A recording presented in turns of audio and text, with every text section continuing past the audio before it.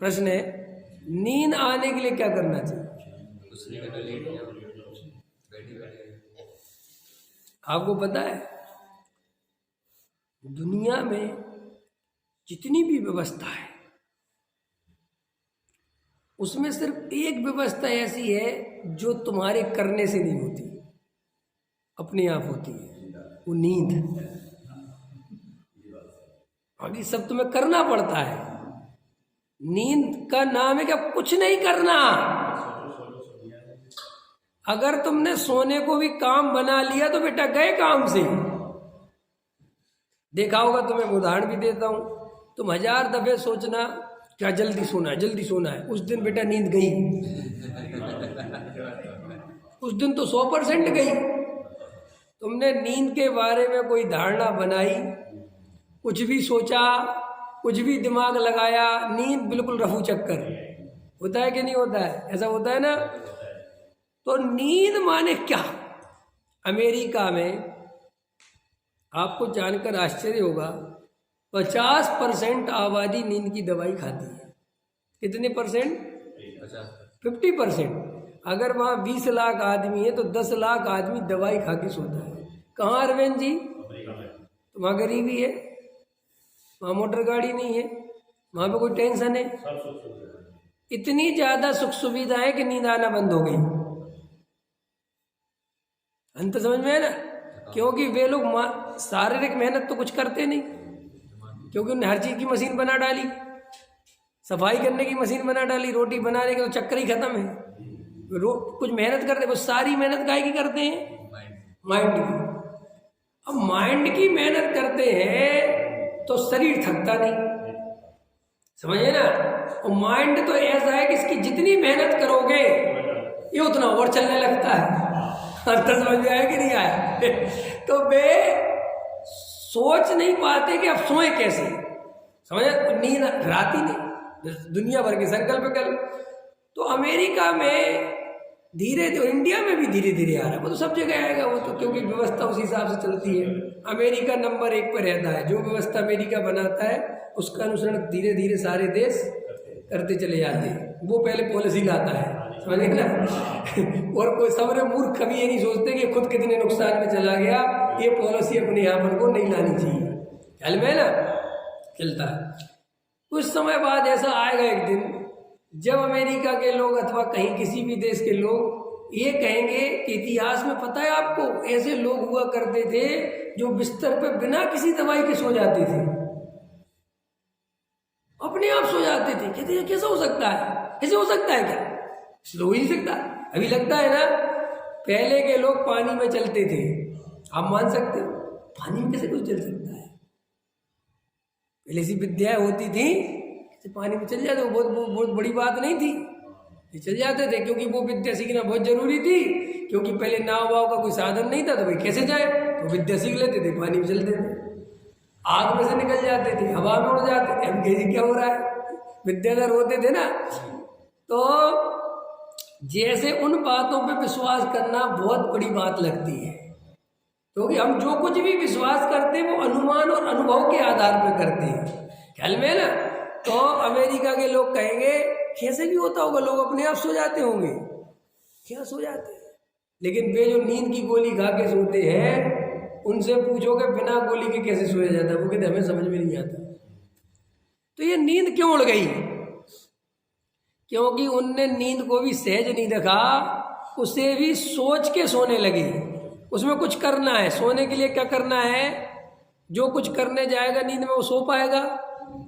तो जैसे नींद अपने आप आएगी, कब आएगी, कैसे, कुछ पता नहीं। पता है तुम्हें? अच्छा बताओ, तुम कितने बजे सो जाओगे बिस्तर में लेके? साहब क्या पता, हो सकता है 5 ही मिनट में लग जाए, और हो सकता है आधा घंटा भी लग जाए, और हो सकता है सब 1 घंटा भी लग जाए, और हो सकता है पूरी रात नहीं आए। उसकी तो मुझे खुद नहीं पता कब आती है वो। अच्छा जब आती है, अरहंत, क्या नाम तुम्हारा?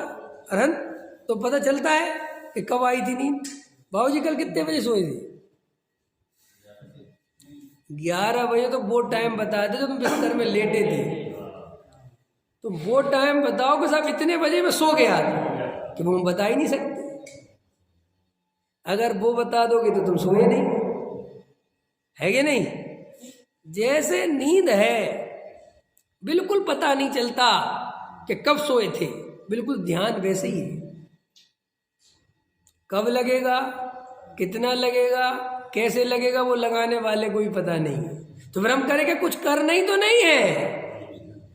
तुम तो बिल्कुल शिथिल होके बैठ जाओ कि अंदर जो विचार आ रहे हैं उनका क्या करें। तो उनका कुछ करोगे तो फिर ध्यान कभी नहीं होगा। जो विचार आ रहे हैं आने दो। है भाव तो हो गई, नींद का भाव तो होता ही नहीं कि अब सोना है। नींद में कोई ऐसा थोड़ी खड़े खड़े सो जाओगे, ये तो भाव आते ही ना कि चलो सो जाए यार, टाइम हो गया। ऐसे ही तुम्हें ध्यान में बैठना तो है ही, लेकिन बैठने के बाद कुछ नहीं करना है मेरे भाई। ये थोड़ी कह रहा चलते फिरते गाड़ी पे ध्यान हो जाएगा।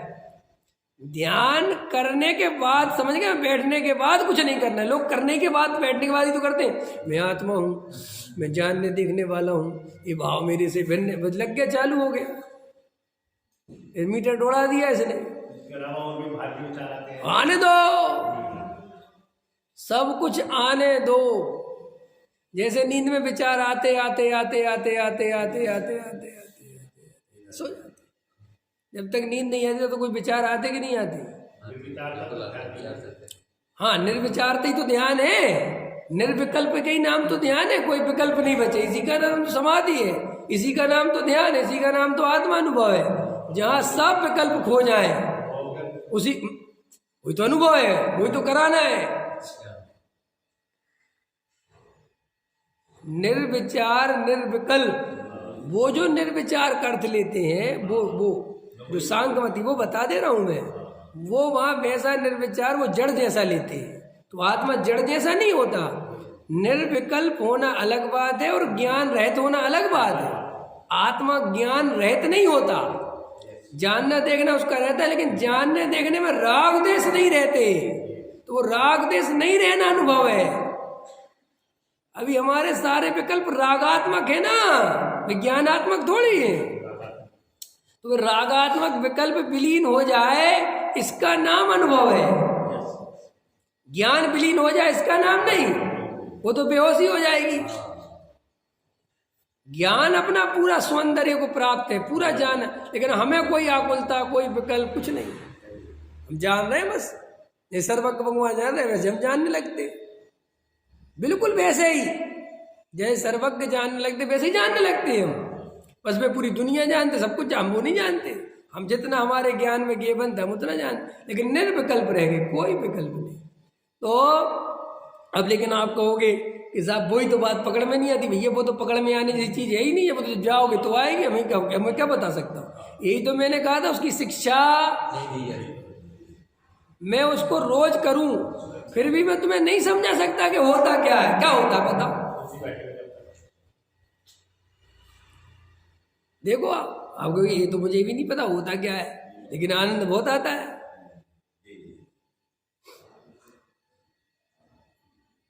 जो विषय भोगते हैं ना, पांचों इंद्रियों की, स्पर्शन इंद्रिय का विषय, तो स्पर्शन इंद्रिय वाले से पूछो कि जब तुम संभोग करते हो, काम भोग करते हो, तो मजा क्या आता है? तो वो ये बता नहीं सकता कि क्या मजा आता है। भैया मुझे क्या पता कि वो क्षण भर का क्षण ऐसा होता है कि तब मुझे बहुत आनंद से प्राप्ति होती है, और मैं फिर मुझे पता नहीं कि क्या हुआ था।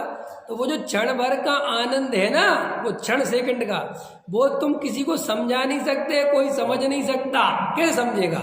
और उस क्षण भर के आनंद में वैसी ही निर्विकल्पता बनती, सारी दुनिया भूल जाते हैं, सब कुछ खत्म हो जाता है, मैं भी खत्म हो जाता है कि नहीं?